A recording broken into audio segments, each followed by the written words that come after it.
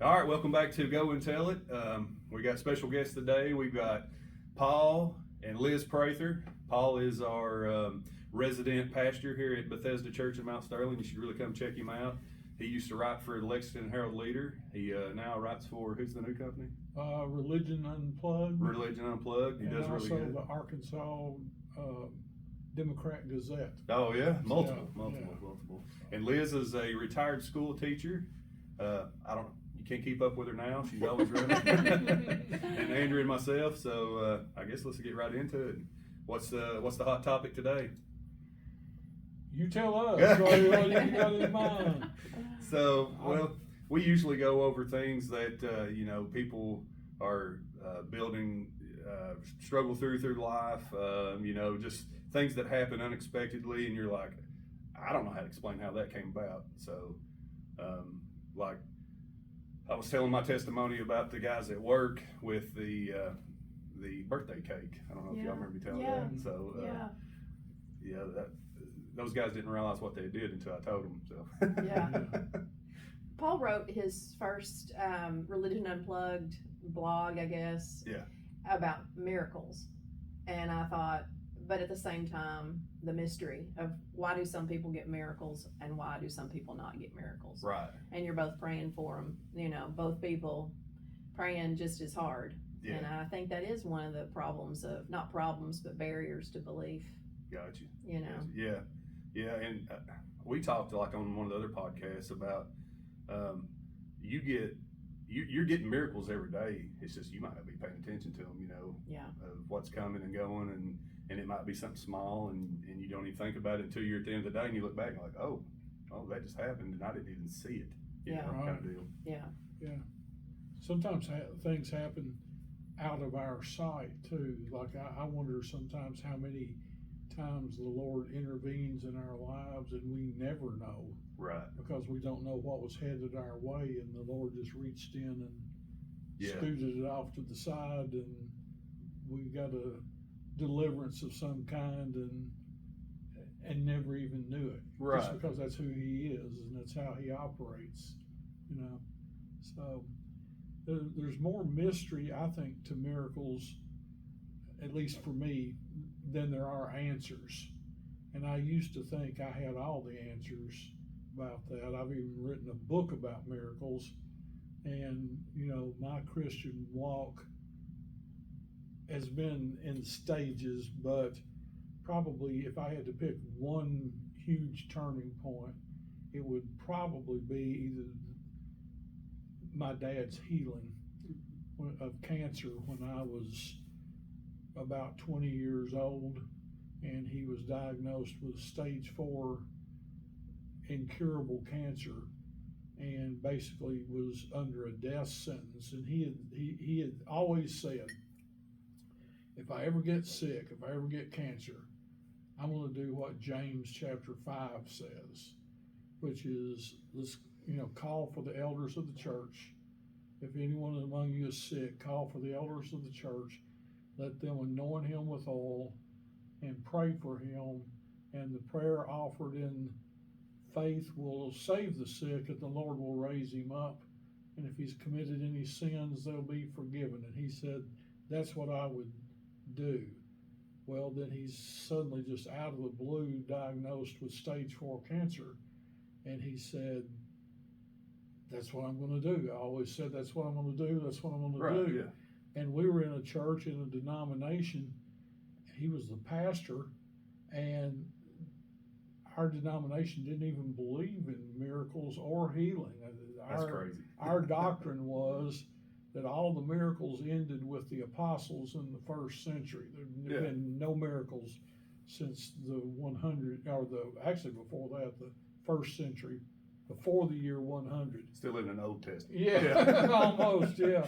And so he called for the church to come together and anoint him with oil and pray for him.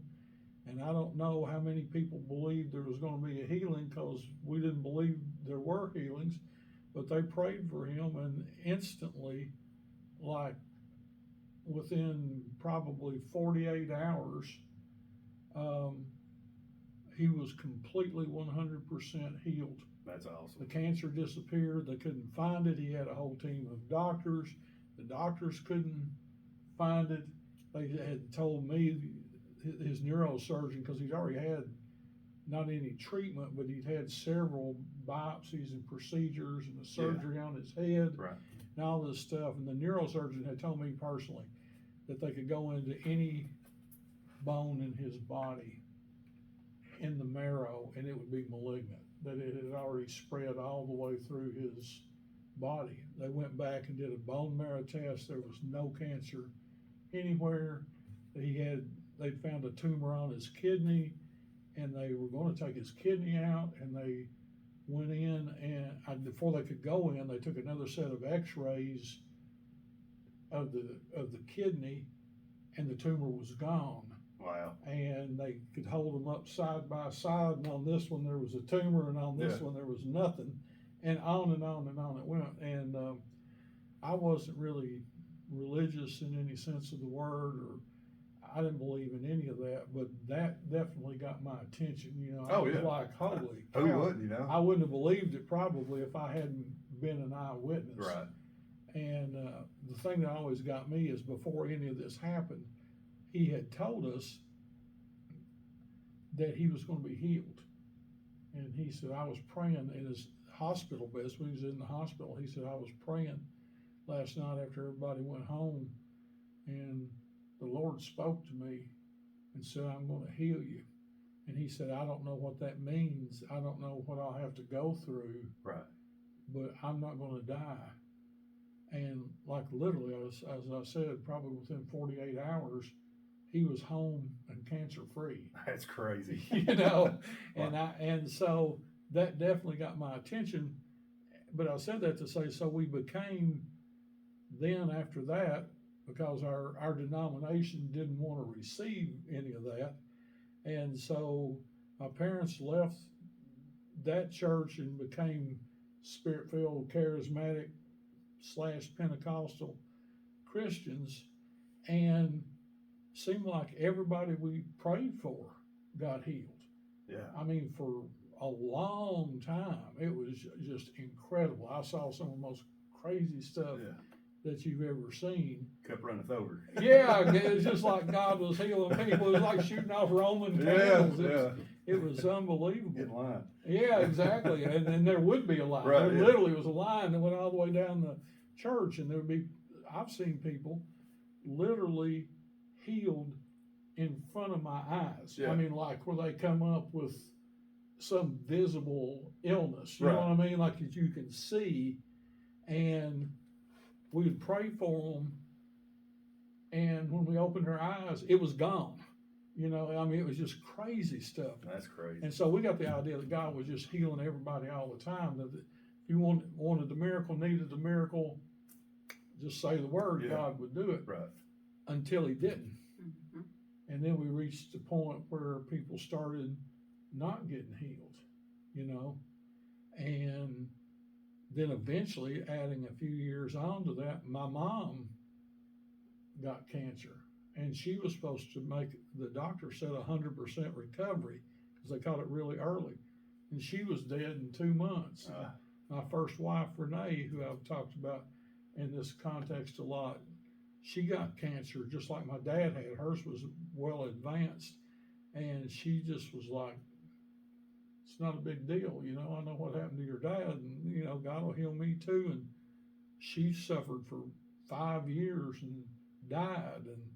And just, I started realizing over time, and I think other people did too, of course, it's not that simple. Right. It's, you know, we're not in control of the miracles. Only God can do a miracle. And sometimes he does them, sometimes he doesn't. And by and large, we never know why. Right. So it seems like when it's going good, that everything seems so easy. But when it's going bad and you're in a rut, it's like nothing goes right.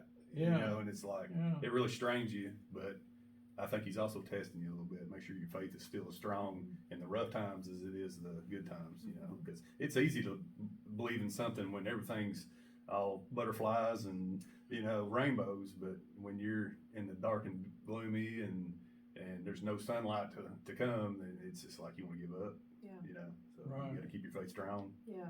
So, did you have anything in the teaching years that might have stirred some people up? I don't think so per se. I tried to keep my my teaching job and my Yeah. no. Everything I did in the classroom was informed in some way about by my awareness of who I was in Christ. Yeah. Did I go in and proselytize or preach? No. I'm a public school employee. I'm employee of the Right. state of Kentucky. But I will say that my teaching life falls into two separate camps. The first probably 15 years was spent before I understood grace. And then the last 15 years was after grace. And you could probably take a kid from the first 15 years and a kid from the last 15 years and put them together and say, describe what she was like as a teacher, and they would describe two entirely different people. What I kind of gave out that first 15 years was my understanding of how God worked, which was angry, oftentimes legalistic, very rule driven. You're trying to figure out the definition of it more, kind of like learning in school. Yeah, Yeah. exactly, Right. exactly. And it was kind of like I was like that as a person. I didn't think my students added up because I didn't think I added up. I didn't think I was good enough. Right. Once when I hit 40 and I became a spirit-filled, grace-believing Christian, I changed completely the way I taught and the way I interacted with everyone, which was seeing the best in people. Yeah. Seeing the best in myself, recognizing that I was whole and complete, instead of the imperfections that I used to see in my students that were a reflection of me. I thought I was empty. So yeah, I would say, we take God into wherever we are, whether we're a teacher, a bus driver, a fireman, cashier, whatever. But when you're working with people as intimately as you are with students, I think it really does. It makes a huge difference when you understand the Father.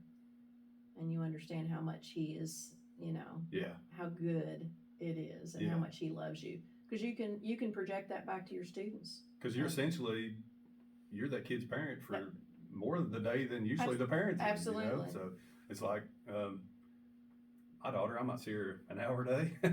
When I get home from work, she's in there, doing something in her room, listening to music, whatever. We eat. And that's probably pretty much the hour that I see her all day. So you guys, you spend a whole lot more time with them than we do, or I do, Yeah. During the weekly. And I think most teachers, I don't know, I can't speak for every teacher, but I took that as a privilege. It was an honor that, I think to myself, parents are sending you the very best thing they have, and that's their child. Right. And it's your responsibility to love them as much as they do. Yeah. And you can love them by giving them the tools to be independent, be kind, and Yeah, that's I miss some of the school days, but not really. I was not the prize catch, so I learned a lot later in life. That I could go back and do some things different. Yeah. So we all could. Yeah, for sure. For sure. Yeah, I always remembered you telling about your dad. He was only here a short time when I first started coming, and he'd always be at the front door greeting everybody coming in, and you was always worried to death what he's going to say to somebody. But then he always say, "I'm not going to die of cancer. It might be something else. It's not going to be cancer, though." That's what he said, and I thought that was pretty bold and maybe too bold of a statement when he first started making it, because after he was healed, he said, I may get hit by a bus, or I may have a heart attack. I mean, everybody has to go, but I absolutely will never die of cancer, because God just purged cancer out of my body, he said. And I thought, I don't know if I'd make that big a statement or not, but he turned out to be right. He lived 35 more years and never had a recurrence and never had cancer. That's amazing. And died of a heart ailment, basically, and old age. Right. But he never had cancer again. So he wasn't the only time he was right and I was wrong. Yeah. That was one time that he definitely was right. We learned about that about parents, don't we? Yeah. They're right a little bit more than you think they are. Absolutely. And plus, if he had a personal conversation with God, then it wouldn't change my mind either. You know, if he told me that, then I'm believing it. You know? Yeah. But here's something I wanted to add, and kind of to what I was saying earlier about how when the miracles quit working and we didn't see them like we did and all that. I've spent a long time, the last 20 years, trying to come to terms with that. Like when my mom and my wife died, and how come they died, and my dad didn't die, and all these other people got healed, and where's the logic in it? Where's the all that? And one thing I've come across in reading about all that is there's a whole train of Christian thought that goes all the way back to the early centuries of the church. The mystics, were people who were contemplatives who sometimes went out in the desert and lived by themselves for a while. I've been tempted to do that a few times. I don't blame you. But anyway. I've been tempted to invite you to go out. Yeah. Well, leaving this aside, one of the things that these guys all said that I came across that has become really important to me is they say that sometimes God is more present in the silence and the unanswered prayers than he is in the miracles and the quickly answered prayers. There's they were really big. This is ironic, kind of on the Song of Solomon, which is basically largely about romance and sex, but they thought all of that was a metaphor for our relationship with God. And in the Song of Solomon, the groom, the male half of the couple, keeps retreating, and his woman, his fiancée, is constantly searching for him, and he'll show up a while, at a distance, and she'll see him, and she'll run to him, and he takes off. Yeah. And they taught one guy, I forgot, was it St. Bernard? One of those guys preached like an 80-some sermons just on the Song of Solomon. Yeah, on the Song of Solomon. And what they said is that's like a metaphor for how God does with us. Yeah. That when he disappears and we can't find him and we desperately want him and he's nowhere to be seen, that he's actually drawing us deeper into that relationship. We have to leave our comfort zone and pursue him. Right. And it's all by design. And so sometimes he lets us go through things and doesn't seem to answer and isn't present, as far as we know. But it's not because he's abandoned us. It's because he loves us and he's leading us into an even greater level of spiritual intimacy with him. And that's helped me a lot because I have learned the hard way in my life in the last 25 years that some of the most profound things I've learned about the Lord, I've learned in suffering. Yeah. I've learned in going through stuff. Yeah. And the scripture actually says that about Jesus, because although he was God, he was also a man, and look at all the stuff he went through. And it says that he learned obedience from the things he suffered. Like he had to learn too. Right. And God's way of letting him learn was by letting him go through stuff. Yeah. And he was fully human when he did it. I always think about him in the Garden of Gethsemane, and the scripture says it's sweat as the drops of blood, the sweat. He's so, And I think, what kind of state would you have to be in? But he actually said, if it's your will, let this cup pass from me. Like, he literally said, I don't think I can do this. Please I don't want to drink from this cup of the cross and this cup of crucifixion, this brutal, violent death. Like, that was his human side, you know? Yeah. And I think about what it must have taken for him. Because as a human, I know I wouldn't have wanted to do that, right? I mean, none of us. I mean, It's tough. Especially people who were reviling him and spitting on him, Right. which is all of us, right? But anyway, I was just thinking about that in respect to his suffering. That's really how he redeemed him, or not redeemed himself, but proved himself as a human. Yeah, absolutely. And that's the same thing you just said. It's the same thing we do, isn't it? Mm-hmm. It is. We're yeah. going through something, and we're Right. always saying, "Let this cup pass from me." You know, I don't want. I don't want to go here. I don't want to do this. They say that at work all the time. They say ELMO stands for enough, let's move on. You know, those meetings that never, you know, ELMO, you know, let's go, come on.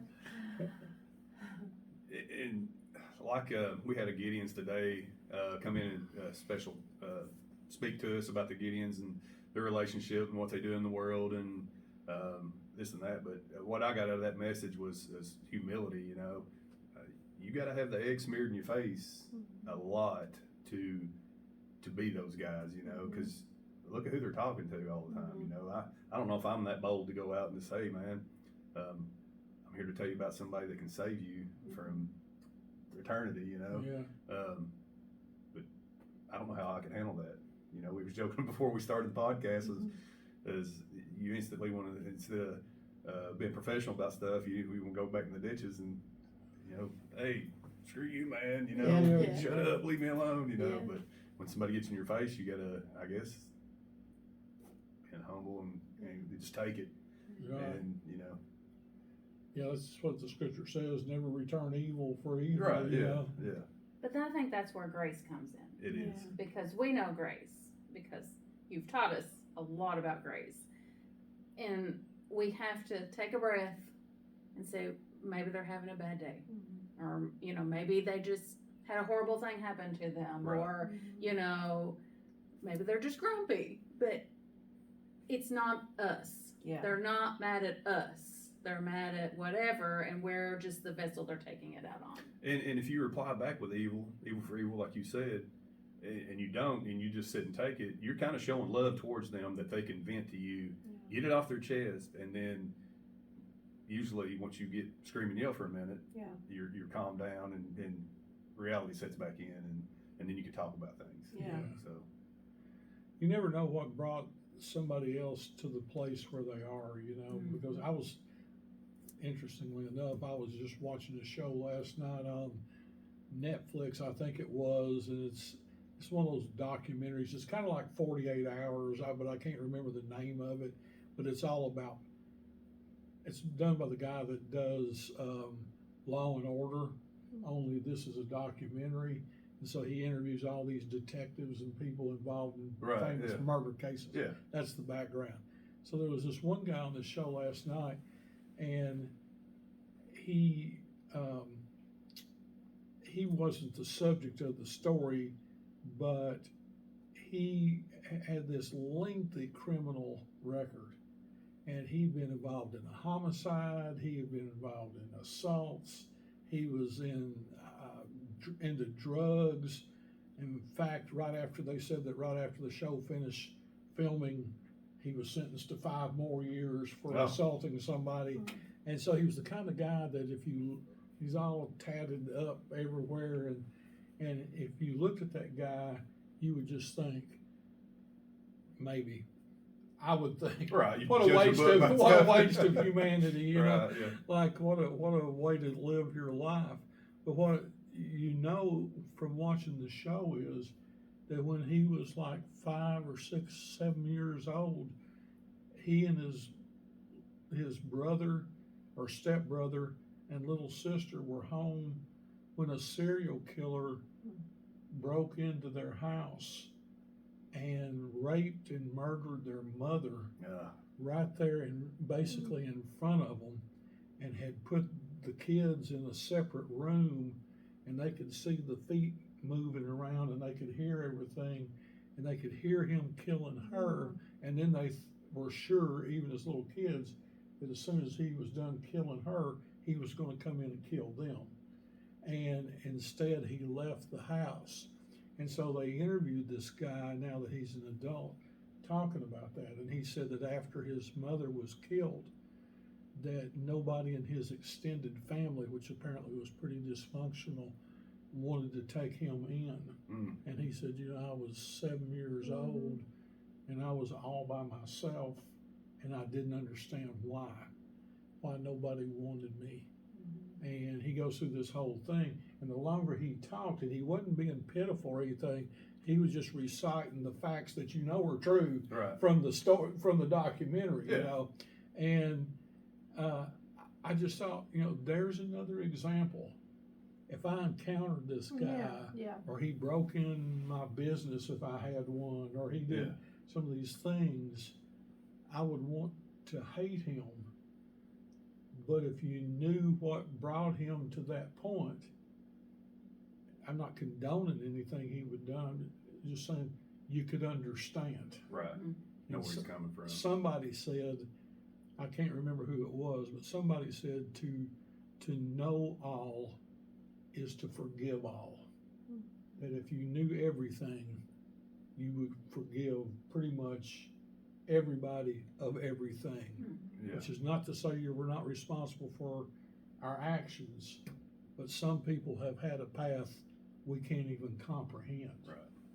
So I think that's why this podcast is so important, because I think when you hear other people's stories, you somehow understand your own humanity a little bit better. You know, you see yourself in them, or them in you, and so when we hear that, we think, what would I have done in that circumstance? Well, I probably would have done worse than that poor guy. I mean, I can't imagine the trauma of a 7-year-old child watching that. Can't imagine it. Yeah. So who probably didn't have the resources, or obviously didn't, counseling and love from a trusted adult, you know, to become a good person. Instead, he fell into doing whatever he did, you know. Yeah, he didn't have a good family to back him up or love him, like, you know. Yeah, that's tough. Yeah, and his little brother who was with him and all this, who was about the same age, was actually his stepbrother.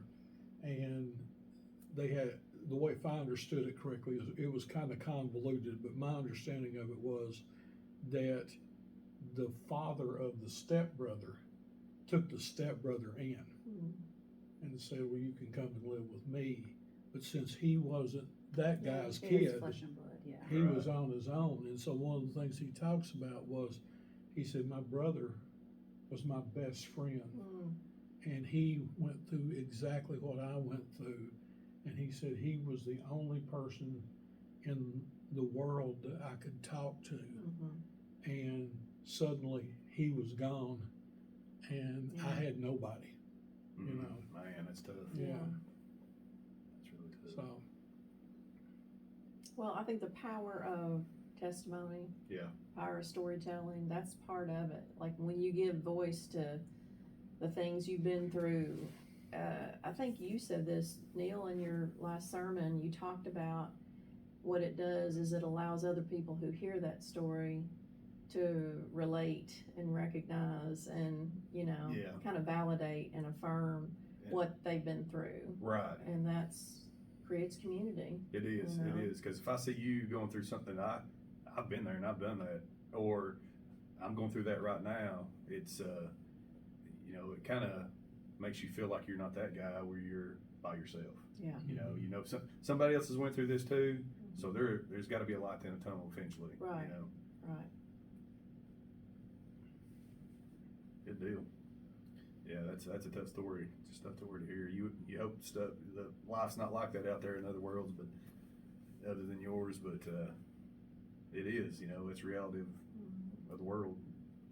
It's a wonderful world, as the song says. You know, it's a wonderful world, and it is.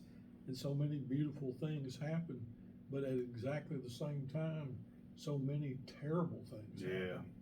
You know, and anytime you're dealing with somebody, as Andrew was saying, you don't know what they've just been through, or what's brought them to that moment, you know, and that's why I think the scripture tells us that our job, and I'm not the best at doing this, okay, do as I say, not as I would do, but you know, sometimes, you know, the Bible, we're supposed to just love everybody as they are, because we don't know. That's right. And we're supposed to be the voices of grace and love and understanding. But boy, is that hard. Oh yeah. Boy, it is. That's so hard. It goes against every fiber of who we are. Everything. But you know, back to Paul, Paul's dad, you were talking about him standing at that front door. I remember coming in here the first time I'd ever been to this church, and I didn't think, I wasn't interested in, I had left the church of my youth, and I had basically been non-believing, non-church going, just like didn't want to have anything to do with that. Right. Went to a bunch of different places just to see what it was like, but I was just basically like, there's no way.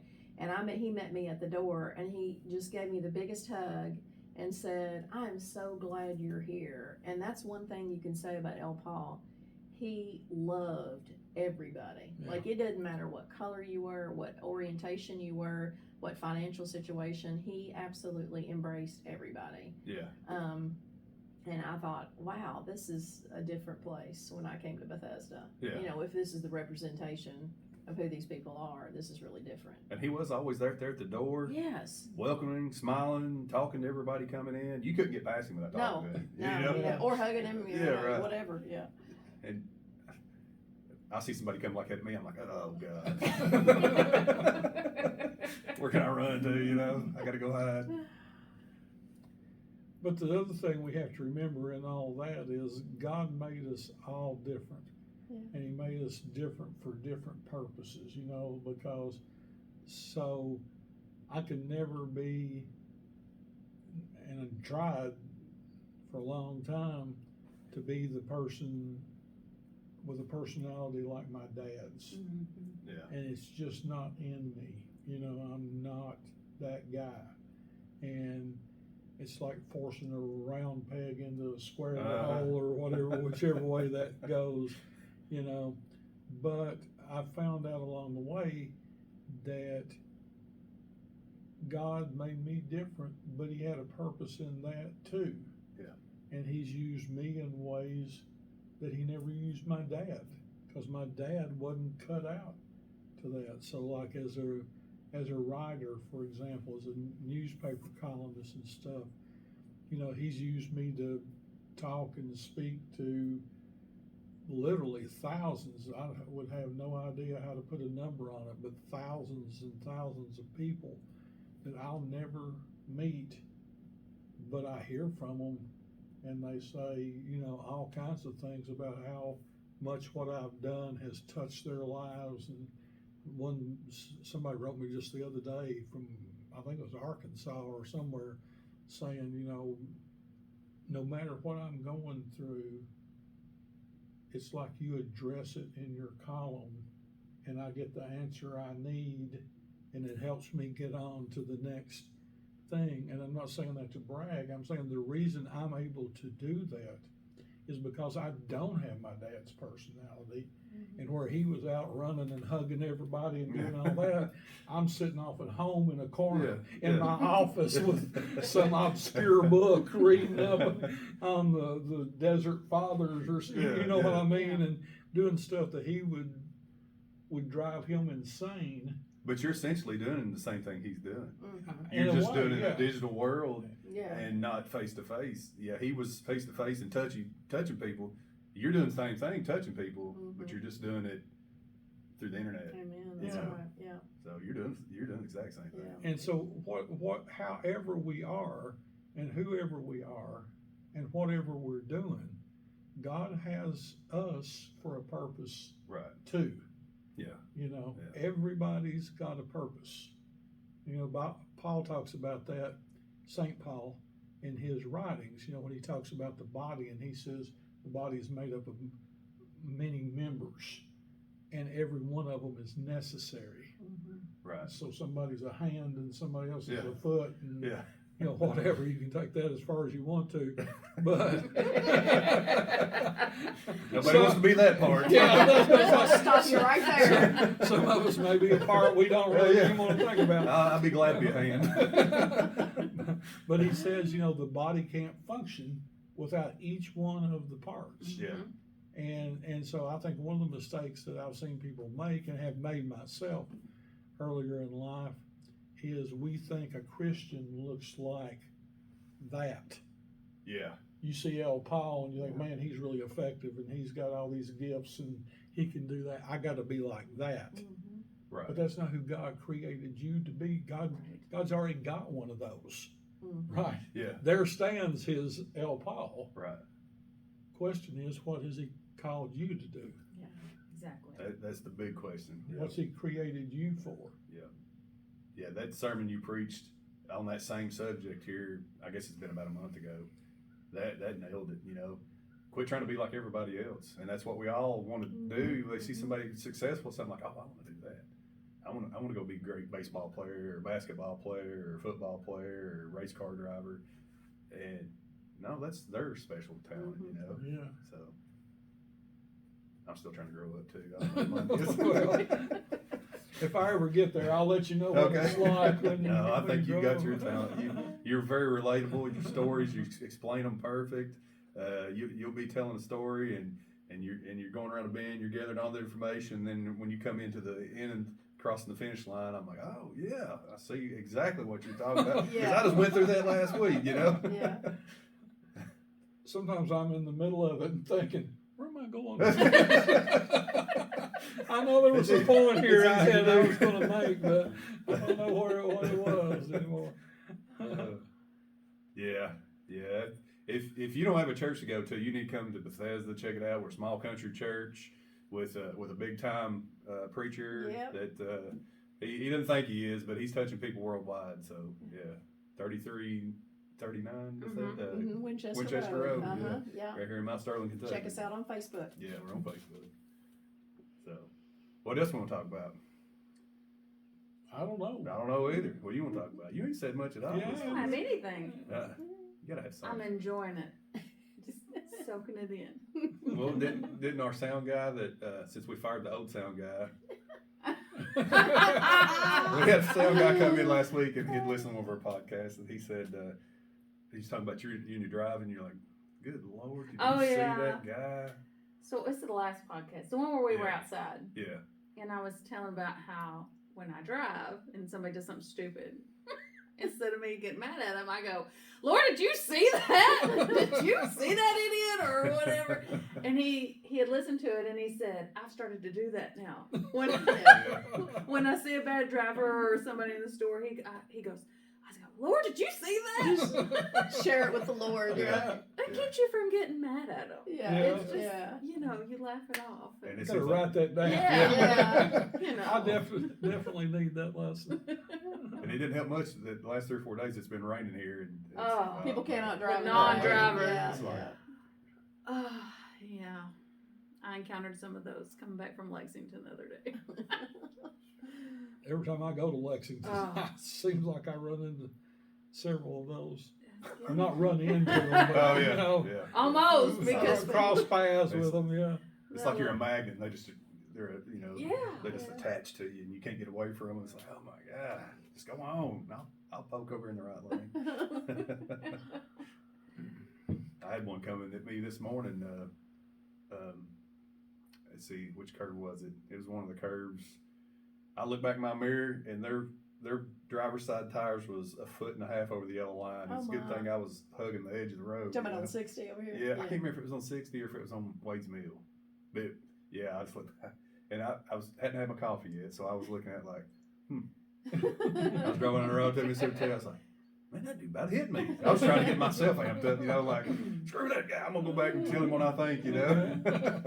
Well, we've been unhappy with all the interstate construction because you Yeah. Mount Sterling people are using our road a whole lot more. I don't think it's just Mount Absolutely. Sterling. Clogging it up. It's and everybody east Kentucky, eastern side. You try to turn into your driveway, you just about get rear-ended because Yeah. they don't I'm stop. sure. Yeah. It's counting pretty bad. Yeah, and they're all driving really fast. Yes. Yeah. Yes. Or you got that one guy that's leading the parade. You know, he's like, Yeah. They're doing 80 or 35. Yeah. There's No in nothing between. No in in between. between. yeah, I got behind one of those the other day, Yeah. and I was getting tailgated by somebody who was wanting to go 90, right. and then came around the curve and had to slam on the brakes. There was somebody up in front, literally, who was doing 30 miles an hour. Yeah. And from there all the way to Mount Sterling, we were doing 30 miles an hour. And the line behind me just grew. I'm sure it reached to Winchester, at least to the interstate exit or something, you know, from there to Mount Sterling. And some of those people just right up on each other's bumpers. Accordion. Yeah, Yeah. exactly. And I keep thinking, how much faster do you think you're going to Yeah. get? We're all going to get there at the same time. Or when they this guy- swerve over to see around you, like that's going to make the cars Like you're holding up disappear. everybody. Yeah. I can go faster than this guy in front of me as much as you want me to. Yeah. Again, that's when we exercise grace. That's right. You don't know what brought them to that We moment. Maybe they're trying to get to the hospital or, you know, get home to a sick child or. Or maybe they got a wheel about to fall off and they just Mhm. banging Yeah. that car all the way home. Or maybe it's just your pastor's wife. Yeah. I mean, We're not gonna say that. Doing the tailgate. Yeah. Oh, I thought you was leading the parade. No. You're leading the parade. You're Definitely tailgate. not. Oh, No, she's not doing the 30 miles an hour. I remember one time they were talking about on Mount Sterling Advocate, they had written about some high speed chase out on the interstate, Oh. and it said that the whatever the perpetrator, whatever the guy in the car that the police were chasing, got up to speeds of 80 miles an hour, and I was Oh like, my goodness. that's just my commute. Yeah, that's the thing. I mean, 80 miles an hour, I'm really saddened about the sad state of high speed pursuits these days if it's 80 miles an hour. I don't know if y'all remember. I'm sorry. No. I was gonna say we have Life 360, so every morning I know whether Neil's running late or not because it'll tell me Neil did 90 miles an hour or Neil did 75 miles an hour, and I'm like, okay, he got it out on time. You got out the door on You time. have those days where you look up and you're fixing your coffee and I always try to leave about 30 minutes till, and I look up and it'll say 25 minutes till work time, on the clock, and I'm like, oh God, do I take the coffee or leave it? Do I turn around in the driveway or I just shoot through the yard? Yeah. Well, the grass is about killed, so you're like. One of my favorite Liz stories since she survived this is she was coming home and she was going up I-64. Do you remember when she I had that wreck? remember, Oh, yes. yeah. The funniest part of that was she was going down 64 at rush hour right at the Mountain Parkway split and had a blowout. Mhm. She's over in the left lane, veers across, loses control, comes across 3 lanes of traffic Yeah. without getting hit, Yeah. which is unbelievable because Yeah. it's just bumper to bumper. It was a God thing. And Yeah, It was I'll tell totally you. a God thing. Yes. ends up in that space, that median, right at the split. But the funny part to me was, I know